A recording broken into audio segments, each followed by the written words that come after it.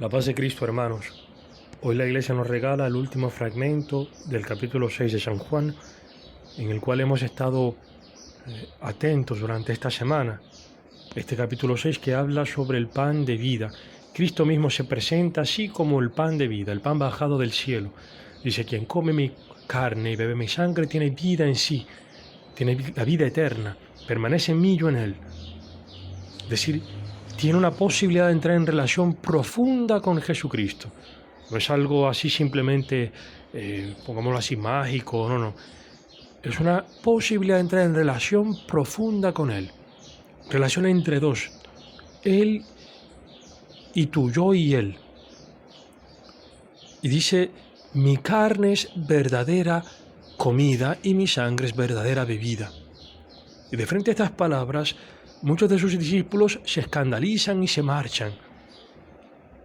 Hoy todavía existen algunos que se llaman cristianos y no aceptan este don maravilloso que Jesucristo ha hecho de sí mismo, porque no tienen esta gracia que el Espíritu nos da de poder acoger la palabra de Jesucristo. Y ojo, también nosotros, incluso nosotros católicos, que reconocemos este don preciado de Jesucristo, que reconocemos su carne como verdadera comida y su sangre como verdadera bebida, incluso nosotros podemos escandalizarnos de otras cosas que diga Jesucristo a nuestra vida personal, porque Jesucristo también habla a nuestra vida personal. Pero vamos a escuchar ahora este Evangelio que la Iglesia nos regala hoy, del Evangelio según San Juan. Después de escuchar la enseñanza de Jesús, muchos de sus discípulos decían, «Es duro este lenguaje, ¿quién puede escucharlo?» Jesús, sabiendo lo que sus discípulos murmuraban, les dijo, ¿esto los escandaliza? ¿Qué pasará entonces cuando vean al Hijo del Hombre subir donde estaba antes? El Espíritu es el que da vida, la carne de nada sirve. Las palabras que les dije son espíritu y vida, pero hay entre ustedes algunos que no creen. En efecto, Jesús sabía desde el primer momento quiénes eran los que no creían y quién era el que lo iba a entregar, y agregó, por eso les he dicho que nadie puede venir a mí si el Padre no se lo concede. Desde ese momento, muchos de sus discípulos se alejaron de él y dejaron de acompañarlo. Jesús preguntó entonces a los 12, ¿también ustedes quieren irse? Simón Pedro le respondió, Señor, ¿a quién iremos? Tú tienes palabras de vida eterna. Nosotros hemos creído y sabemos que eres el Santo de Dios. Palabra del Señor. Gloria a ti, Señor Jesús. Las palabras de Jesucristo, no solamente este discurso, porque aquí específicamente se habla del pan de vida, y esta palabra escandaliza a muchos. ¿Y qué significa este discurso del pan de vida, esta entrega que Cristo hace de su carne y de su sangre? Es la donación total que Él hará de sí mismo sobre la cruz. Aquí Pedro aparece ya como alguien que tiene un cierto discernimiento, que el Espíritu Santo lo está guiando. Porque hay dos realidades que nos pueden guiar, o el Espíritu o la carne. Dice Jesucristo, el Espíritu es el que da vida, la carne de nada sirve. ¿A qué se refiere aquí con carne? No se refiere a que nuestro cuerpo, nuestra vida corporal no sirva para nada. No entendamos esto así. La carne en este sentido lo que quiere decir es nuestra mortalidad, nuestro límite humano, nuestra pobreza, nuestro ser terrenal no entiende las palabras del cielo. No porque naturalmente nosotros somos incapaces de acoger a Dios, no, sino porque dentro de nosotros también habita lo que es la concupiscencia. Nosotros tenemos una tendencia al mal que nos viene del pecado original. Y este ser nuestro, nuestra razón por sí sola, son incapaces, nuestra razón, de acoger la palabra de Dios tal y como es. No entendemos realmente el proyecto de Dios, dejados a nosotros solos, a nuestras fuerzas.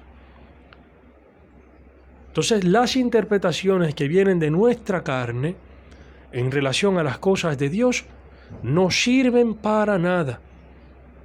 No hay discernimiento alguno,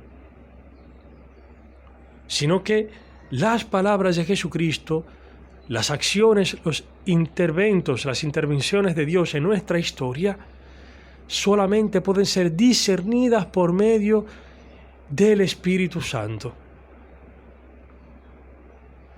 Y esto no vale solamente para este discurso del pan de vida, sino para todas las palabras de Jesucristo. Si pensamos específicamente ya en este caso del pan de vida, San Pedro, en un inicio, cuando Cristo le habla de la pasión, porque esto es lo que significa la Eucaristía, es la actualización de esto, del evento pascual de Jesucristo. Cuando Cristo anuncia a Pedro que él será entregado, que será maltratado, rechazado por los ancianos y sumos sacerdotes, que será crucificado y al tercer día resucitará, Pedro se escandaliza y dice: no, Señor, a ti jamás que te ocurra esto, jamás. Y Pedro se pone como una piedra de escándalo de frente a Jesús. Y le dice a Jesús: detrás de mí, le dice literalmente en el griego. Nosotros traducimos apártate de mí, pero el griego dice literal: detrás de mí, Satanás. Porque no piensas como piensa Dios, sino como los hombres. ¿Qué está haciendo Jesucristo?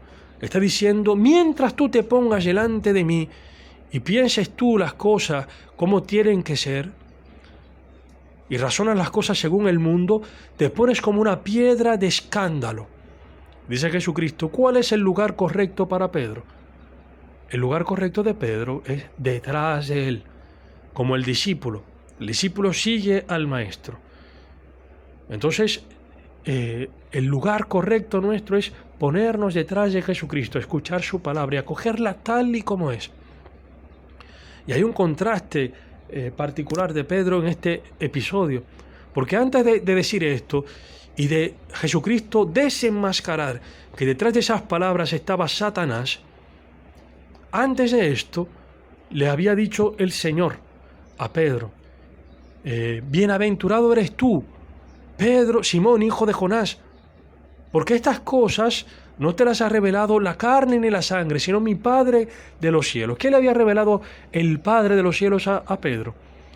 Que Jesús era el Señor, que Él era el Cristo, el Hijo de Dios vivo, que había reconocido en Jesucristo al Señor. Esto se lo da el Espíritu Santo. Luego lo que vemos más tarde, este escándalo de frente al misterio de la cruz, esto viene de la carne, viene del demonio este escándalo. O, por ejemplo, cuando está en la última cena, que Jesucristo se pone a lavarle los pies a los discípulos, el Señor de los señores, el Maestro, que se abaja, se arrodilla y le lava los pies a los discípulos. Trabajo de esclavo.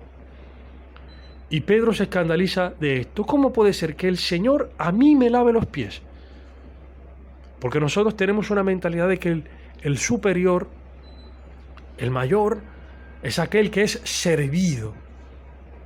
Y el Señor le muestra a Pedro: no, que el superior, el Señor de señores, no busca ser servido, sino que sirve a los demás. Se pone como esclavo. Considera a los otros superiores así. En este momento Pedro se había escandalizado, pero luego el Espíritu le confirma y dice: Señor, no solamente los pies, lávame incluso la cabeza. Y aquí Pedro, nuevamente junto a los 12, es el Espíritu que lo guía y le dice claramente: Señor, solamente tú tienes palabras de vida eterna. ¿A dónde vamos a ir? ¿A dónde vamos a ir? Solo tú nos puedes llevar a nosotros a la vida. Y en esta situación también, estos escándalos en los que se ha encontrado Pedro, y se encontraron muchos discípulos que abandonaron a Jesucristo y que abandonaron la iglesia, abandonaron la comunidad. En este problema nos podemos encontrar también tú y yo. Este escándalo nos puede pasar a nosotros como le pasó probablemente a San Juan Bautista, que estando en la cárcel, él tenía un modelo de cómo tenía que ser el Mesías, manda a sus discípulos para confirmarle realmente que Jesús es el Mesías. O sea, él ya lo sabía, pero había una contradicción entre lo que él esperaba y la realidad.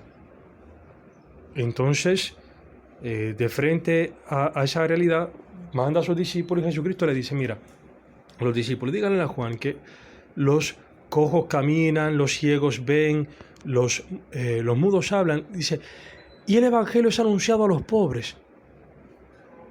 El Evangelio es anunciado a los pobres, los muertos resucitan.